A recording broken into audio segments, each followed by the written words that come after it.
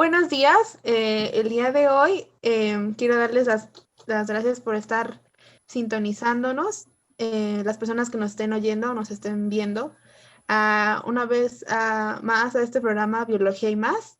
El día de hoy tendremos a dos grandes investigadores que proceden de la Universidad Nacional Autónoma de México, orgullosamente mexicanos, quienes han hecho investigaciones en varias partes del mundo, como lo son Estados Unidos, Canadá, en Reino Unido y algunas otras partes de Europa. Han aportado grandes conocimientos a revistas, artículos electrónicos, a diversos libros y demás. Demos una cordial bienvenida a Manuel Enrique Bolaños Estrada y a Yanis Yamilena Franco. Muchas gracias, Carla, por invitarnos. Muchas gracias, Carla. Muy bien. El día de hoy nos estarán presentando un poco más a fondo sobre la síntesis proteica. Bueno, para empezar con esta entrevista, me gustaría preguntarles algo fundamental y básico para entender este tan complejo sistema. ¿Qué es el ARN? Bueno, el ARN es el ácido ribonucleico.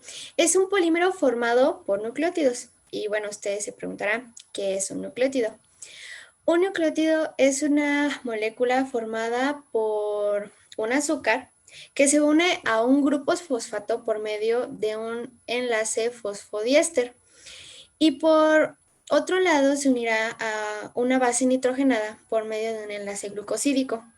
En cuanto a esto de las bases nitrogenadas, se dividen en dos tipos según su estructura, purinas y pirimidas.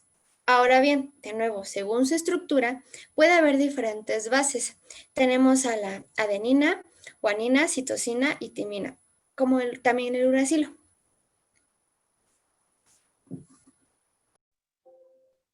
Gracias por esa explicación, Yanis. Ahora, tenemos entendido que el ADN también es un polímero formado por nucleótidos. Entonces, ¿qué diferencia hay entre el ADN y el ARN? Muchas gracias, Carla. Esta pregunta es muy interesante y por ende me gusta catalogarla como importante. ¿Recuerdas que que Yanis había dicho que un nucleótido iba a tener un azúcar? Bueno, tanto el ADN como el ARN tienen una azúcar pentosa, es decir, con 5 carbonos. La diferencia está en que en el ARN el carbono 2 va a tener un grupo hidroxilo, mientras que el carbono 2 del ADN solamente va a tener un hidrógeno. De ahí viene el nombre de desoxi. Desoxi lo podemos interpretar como sin oxígeno. Ajá. Esta es probablemente la principal diferencia de estas moléculas, pero hay más diferencias y todas son igual de importantes. ¿Qué pasa? También la molécula de ADN va a ser una estructura en forma de hebra bicatenaria o como nosotros muy comúnmente la conocemos, en forma de doble hélice. Ajá. Mientras que el ARN va a tener una hebra única y va a ser monocatenaria. ¿Qué quiere decir esto? A diferencia del ADN, esta solamente va a tener una dirección, es decir, no es antiparalela y también al ser única no va a tener una base complementaria, como sucede en el ADN.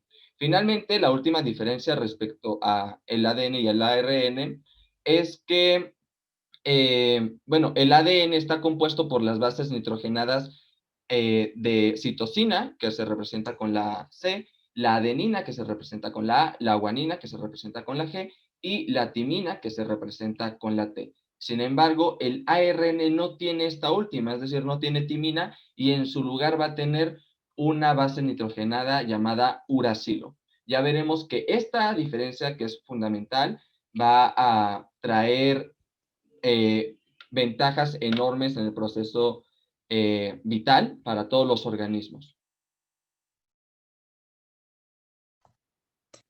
Muchas gracias por la explicación, Manuel. Creo que es fundamental saber estas diferencias, porque casi siempre confundimos al ARN y al ADN. Bueno, entonces, ¿Cómo podrían explicar el proceso de la síntesis de las proteínas? Bueno, esta pregunta también es un poco extensa de responder, es bastante larga. Lo que podremos hacer para que sea más fácil entenderlo es dividir el proceso en dos. Y la primera parte del proceso es justamente la transcripción. La transcripción va a ser el proceso por el que vamos a replicar una copia bueno, es el proceso por el cual se va a generar una copia de ARN a partir de una secuencia de un gen que evidentemente está dentro del ADN. Además de las secuencias de nucleótidos que codifican las proteínas, el ARN copia al ADN inicial unas regiones que no codifican proteínas. Estas regiones de las que estoy hablando se van a llamar intrones. Es decir, vamos a tener las secuencias que codifican proteínas, que son exones, y vamos a tener las secuencias que no codifican proteínas, que son intrones. Lo que va a tratar de hacer el gen, el ARN a partir de ahora es eliminar estas secuencias que no nos sirven, y para ello vamos a ocupar de un complejo proteico llamado espleisosoma, que básicamente es un compuesto de unas moléculas pequeñas, que justamente de ahí viene su nombre. Estas moléculas se llaman moléculas pequeñas ribonucleoproteicas nucleares. Es un nombre bastante extraño, pero bueno, se le conoce a veces por SNRNP o por su lectura directa del inglés, que quiere decir SNORP. Entonces muchos les dicen así para que sea más fácil entenderla. Bueno, ellas se encargan de unirse al extremo 5' de un intrón al extremo 3' del mismo intrón, es decir, de la base de la secuencia del gen que no va a codificar ninguna proteína. ¿Y qué es lo que pasa? Lo que pasa a partir de ahora es que con ayuda de más proteínas de la misma clase, van a tratar de unir entre sí los dos fragmentos de este exón, de tal forma que se unan entre ellos, y bueno, lo que va a pasar es que este intrón se va a perder dentro del núcleo, es algo bastante usual, y en su lugar se van a unir los exones, que son las partes que sí van a codificar estas proteínas. Bueno, al grupo de exones que va a sobrar se le va a llamar ARN mensajero. ¿Por qué mensajero? Bueno, vamos a decir que su misión es autollevarse la molécula de ARN, digo autollevarse porque se está llevando así solito, al ribosoma, como si de un mensaje se tratara. Es como si fuera un cartero, él es el mensajero únicamente que lleva el mensaje. Esta analogía es bastante fácil, entonces no creo que haya mayor problema. Bueno, todo este proceso va a suceder gracias a la enzima ARN polimerasa. En las células procariotas, pues este proceso no es muy complejo que digamos. Una vez que se transcribe el gen, pues se va al ribosoma sin mayor problema. Sin embargo, en las células eucariotas sí existen problemas, y es que antes de salir del núcleo celular, que es donde está el gen, va a necesitar madurar. ¿Qué quiere decir esto? Es el proceso que te estaba explicando de los exones y de los intrones, y es un proceso que formalmente se llama proceso de corte y empalme. Y bueno, una vez que está maduro el gen, puede salir del núcleo celular para llegar sano y salvo al ribosoma, que es donde va a suceder los siguientes pasos. Gracias, Manuel, por esta explicación. Por lo que nos cuentas en esta primera parte de la transcripción es bastante compleja y bastante larga. Pero ¿cuál sería la siguiente parte? Bueno, la siguiente parte sería la traducción. Antes que nada, sería importante conocer que el ARN maduro contiene la información para que los aminoácidos que constituyen una proteína se vayan añadiendo según la secuencia correcta. Para ello, cada triplete de nucleótidos consecutivos, mismo al que llamaremos codón, especificará a un aminoácido. Dado que el ARNM contiene 4 bases, el número de combinaciones posibles de grupos de 3 es de 64, número más que suficiente para codificar los 20 aminoácidos. Ahora bien, entrando a la pregunta, la traducción tiene 3 partes fundamentales: iniciación, elongación y terminación. Digamos que la fábrica de proteínas en el citoplasma son los ribosomas, formados por 2 partes, una subunidad pequeña y una subunidad grande. El ribosoma lee el código en el ARN mensajero para producir una cadena formada de aminoácidos que son proporcionados por las moléculas de ARN de transferencia. Dentro de nuestras células, la iniciación comienza cuando el ARN lleva al aminoácido metionina, que se une a la subunidad pequeña del ribosoma. Ahora sí, ha empezado la transcripción.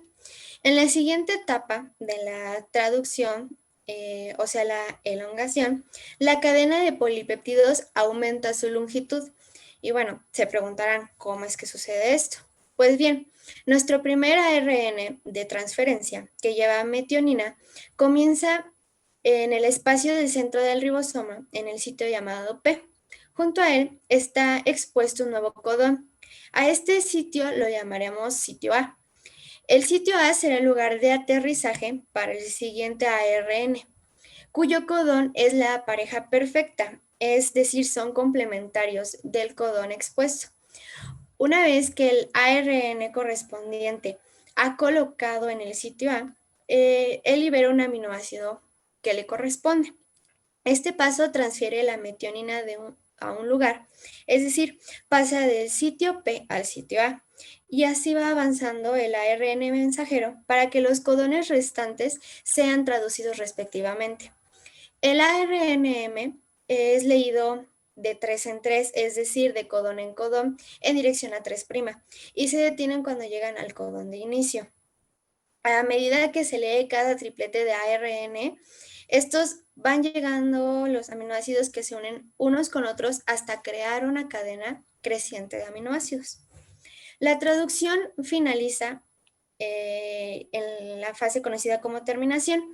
Sucede cuando un codón de alto, a veces llamado codón de stop, en el ARNM entra en el sitio A.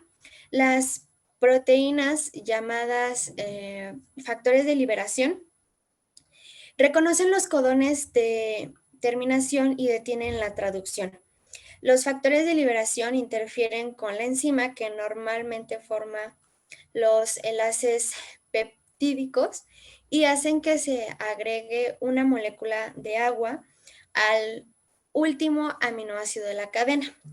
Esta reacción separa la cadena del ARN y la cadena que se acaba de formar se libera. Una vez liberada, la cadena de aminoácidos se pliega de una manera tan compleja que en la forma de una estructura 3D. Y bueno, esto es una proteína. Gracias a ambos. Ahora con la explicación de la transcripción y la traducción de las proteínas es verdaderamente compleja y más larga de lo que nosotros pensábamos. Pero una pregunta importante es si este proceso se hará incontables veces hasta formar todas las proteínas que nuestro organismo va a requerir. Pues mira, Carla, justamente ya vimos que el fin único de la síntesis de proteínas es justamente crear proteínas a partir de estas cadenas de aminoácidos, ¿no? Entonces, mira, la respuesta es sí, es una respuesta un poco fuera de tema, diría yo, pero que es muy importante, eso no le quita la importancia. No ahondaré tanto en ella porque te digo que es un poco fuera de tema, pero lo que sabemos es que no todas las células van a servir para lo mismo, es decir, que no todas las células tienen las mismas funciones o están para las mismas utilidades del organismo, ¿cierto? Esto es porque cada célula formará parte de un tejido, un órgano o un aparato y, bueno, van a tener funciones distintas a las de sus homólogas. Digo que no se relaciona tanto con el tema porque esto corresponde más a algo que se llama especialización celular, pero bueno, como cada tipo de célula tiene diferentes necesidades, va a transcribir y a traducir únicamente los genes que se necesitan, bueno, que ellas necesitan para realizar sus diferentes actividades o cumplir sus diferentes necesidades y desde luego llevar todas bueno, cumplir con su metabolismo indicado. Esto en efecto se puede hacer incontables veces hasta crear todas las proteínas que la célula necesite. Y bueno, a su vez, las proteínas que necesite ya no solo la célula, sino el organismo, perdón, el tejido, el sistema, el aparato y en gran escala el organismo.